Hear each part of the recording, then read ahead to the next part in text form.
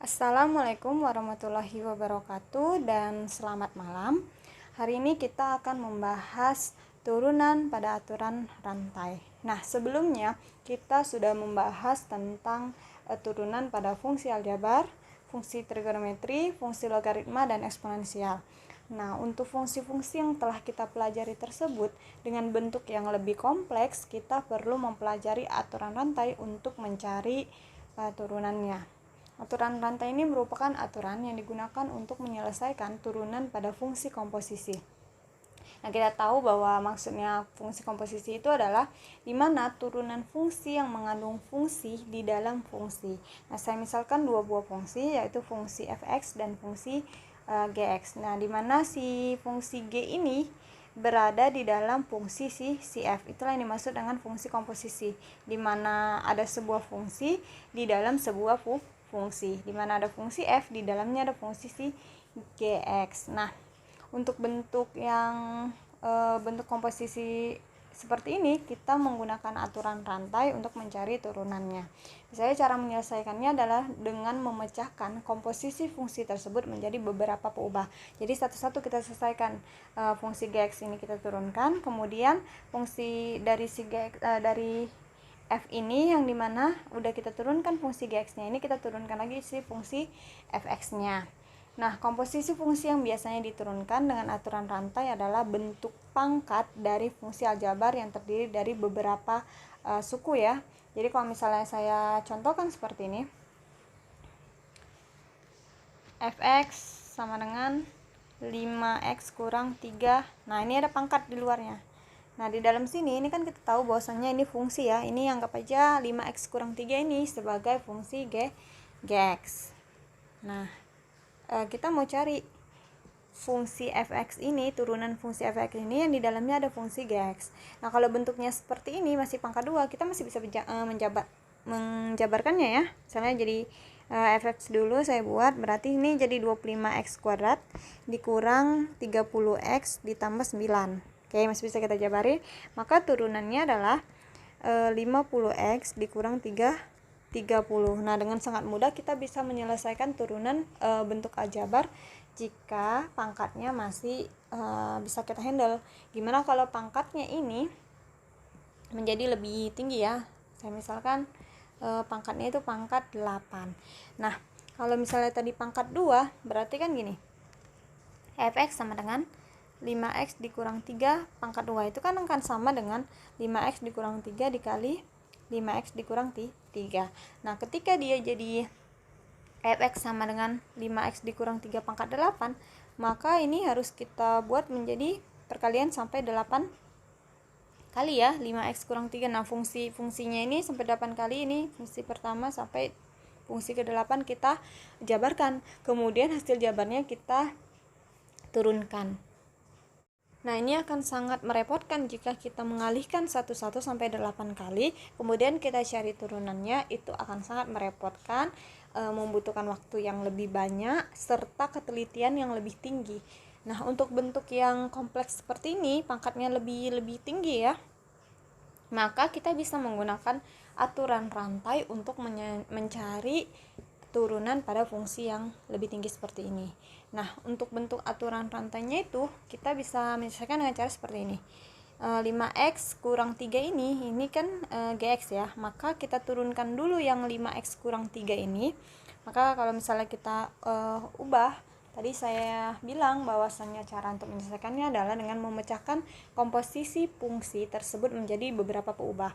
Nah, peubah pertama saya anggap gx ini sama dengan 5x kurang 3, maka turunannya akan sama dengan 5 ya kan. Nah, f tadi fx itu saya misalkan gx-nya ini kita pangkatkan 5, atau saya ganti ya, gx ini bisa saya ganti peubahnya menjadi u, maka u aksen. Nah, ini akan mudah jika kita buat. Nah, kita tahu bahwasannya u tadi kan 5x kurang 5. Ini sama dengan u ya. Nah, maka ini jadi u pangkat 8 ya. U pangkat 8. Maka f aksen x-nya ini peubah yang kedua. Ini peubah yang pertama dan ini peubah kedua. Peubah pertama adalah si fungsi dari si u ini terhadap variabel x. Kemudian kita cari fungsi dari si fx ini terhadap variabel si u. Jadi sebenarnya berkaitan.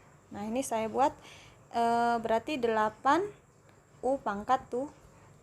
Maka hasilnya mencarinya adalah f aksen x akan sama dengan 8u pangkat 7 dikali u aksen. Nah, ini 8 u nya berapa? 5x kurang 3 pangkat 7 dikali 5. Ini akan sama dengan 40.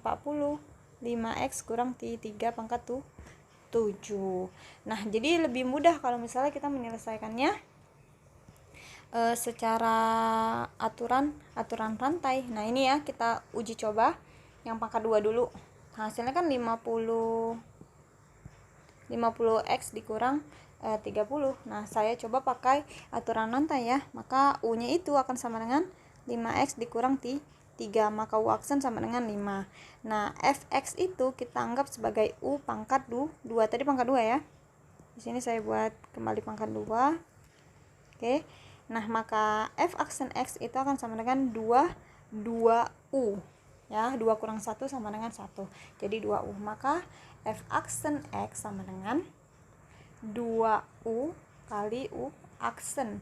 2u-nya berapa? 2u-nya 5x kurang 3. U aksennya adalah 5. Berarti ini jadi 10 pangkat 5x kurang 3.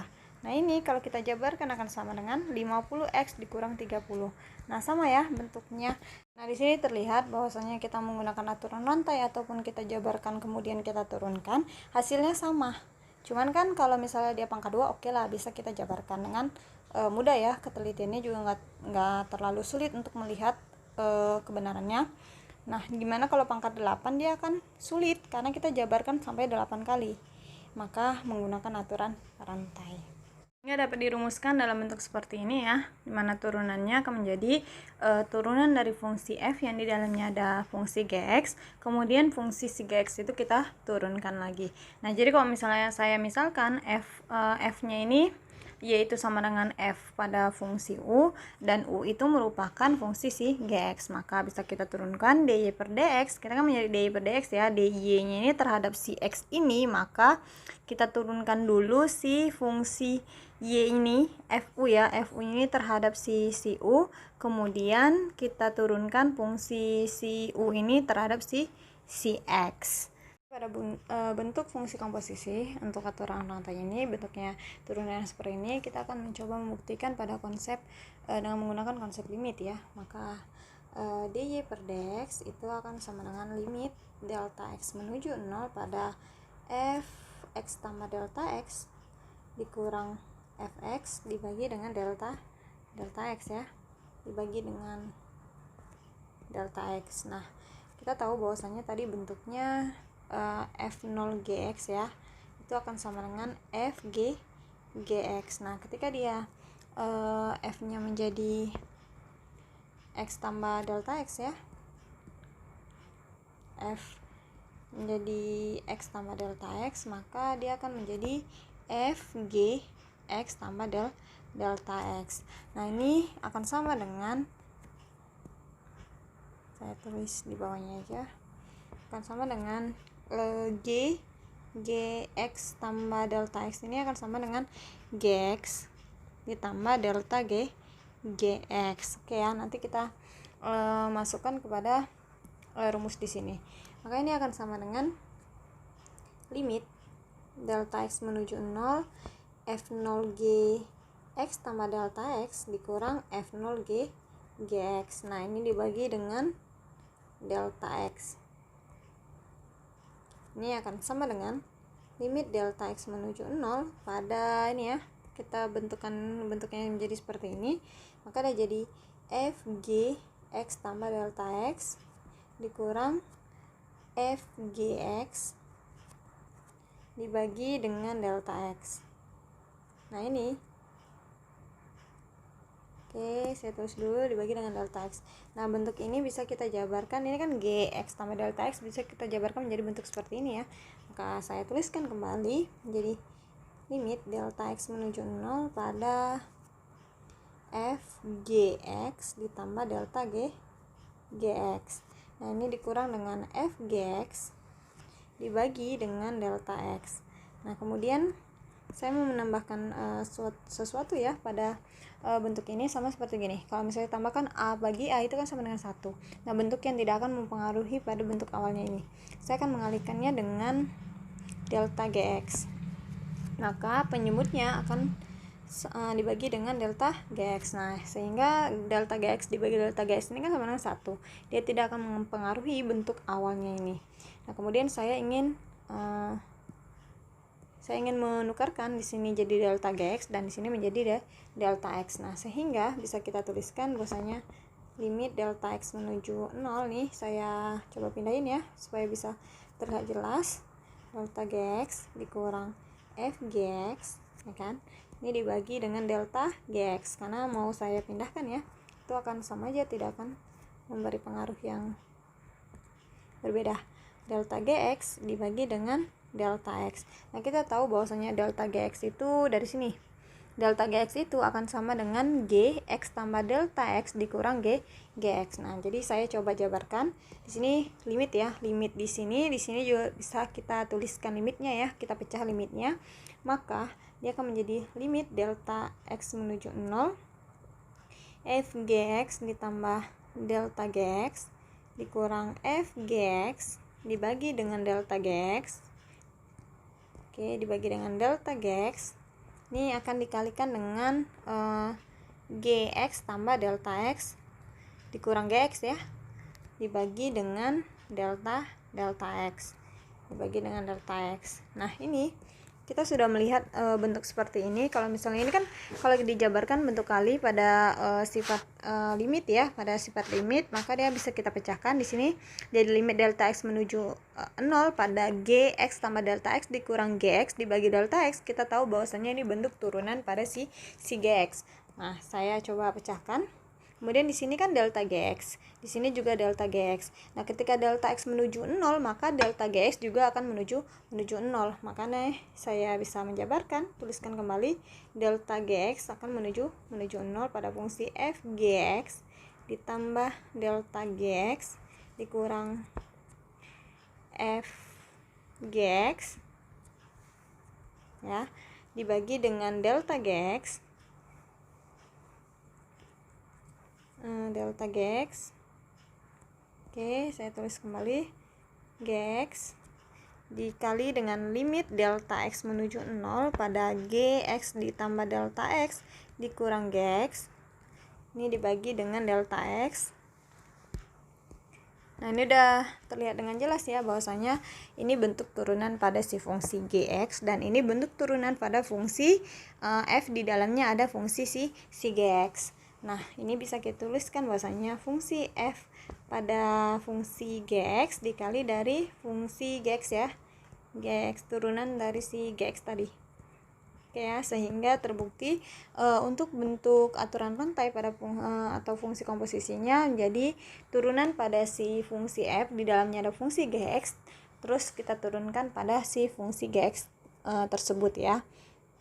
Contoh, lihat pada bentuk seperti ini ya, dimana fungsi fx itu yaitu 4x pangkat 3 dikurang 6x kemudian dipangkatkan dengan 7. Nah, kita tahu bahwasannya ini bentuknya bentuknya pada fungsi komposisi ya, dimana di dalam fungsi fx ini di dalamnya ada fungsi si gx. Jadi kalau misalnya saya misalkan jadi fx itu sama dengan y, atau bisa saya tuliskan rumus awalnya ya, y sama dengan y dy per dx itu akan sama dengan df ini ya, dfu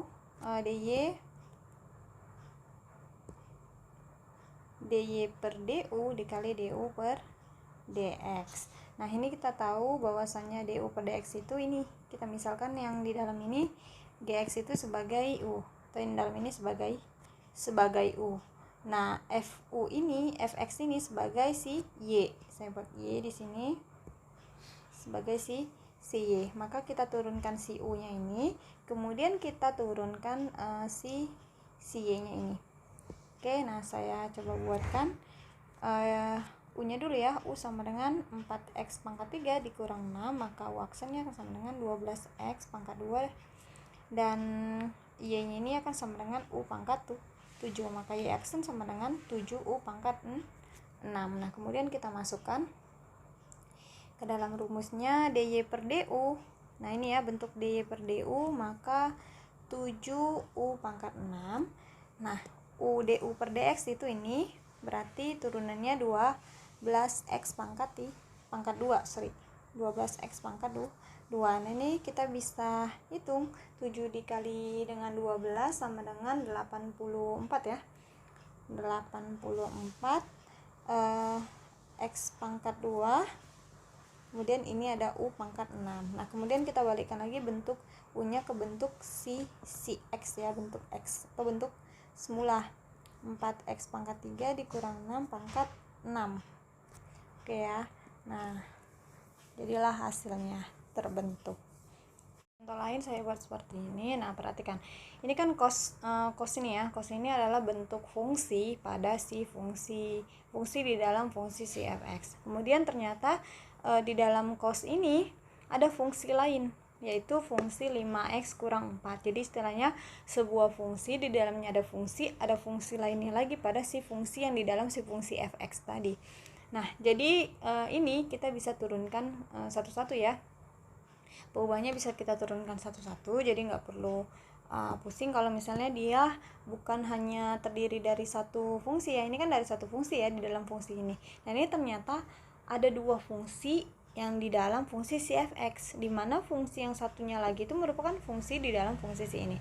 Nah, maka bisa kita tuliskan, saya anggap bahwasanya si cos itu sebagai cos u ya. Saya buat aja cos u.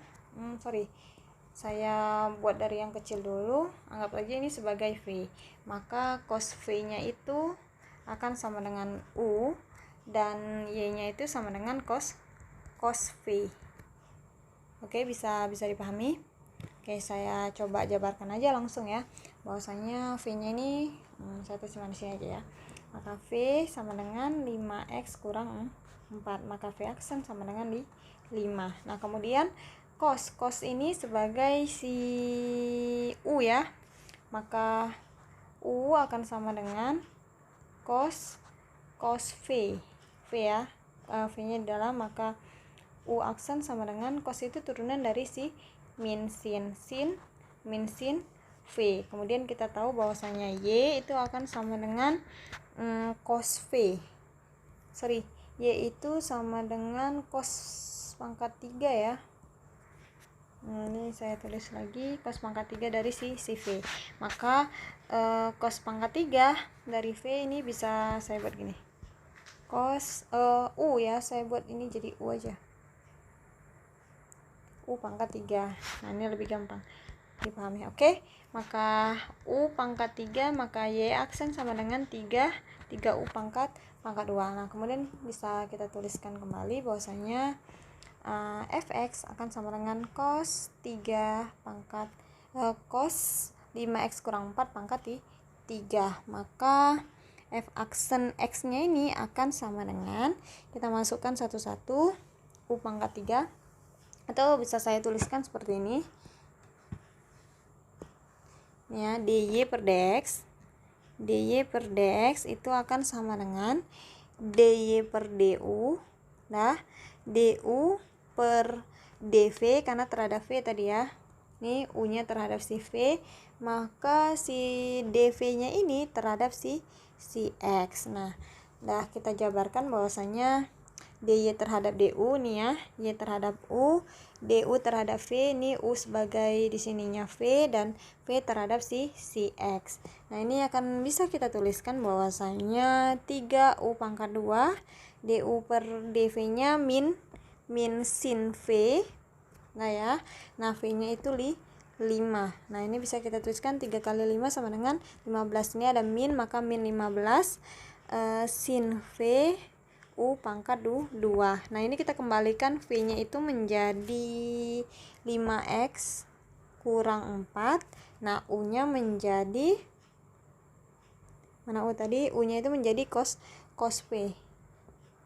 Oke, bisa kita tulis cos buka kurung 5x dikurang 4, V nya 5x kurang 4 ya, pangkat 2.